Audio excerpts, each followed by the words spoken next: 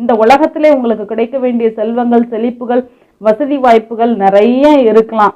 ஆனா தேவனுடைய சமூகம் இல்ல அப்படின்னு சொன்னா அதை போல ஒரு கொடுமையான ஒரு விஷயம் இந்த உலகத்துல இல்லவே இல்லை.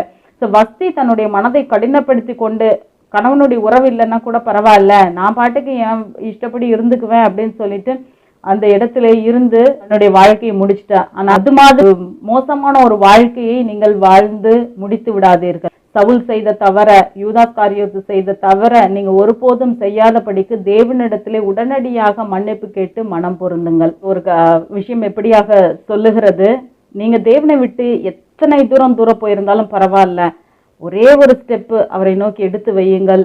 தேவன் மீதி காரியத்தை எல்லாவற்றையும் பார்த்துக் கொள்வார். அவருடைய இரக்கங்களுக்கு முடிவில்லை அப்படின்னு சொல்லிட்டும் வேதாகமம் நமக்கு சுட்டி காட்டுகிறது. அதனால அநாதி சிநேகத்தினாலே நம்மை சிநேகித்த தேவனுடைய இரக்கங்களை நினைத்து அவரிடத்துல திரும்புங்க, அவர் உங்களை சேர்த்துக் கொள்வார்.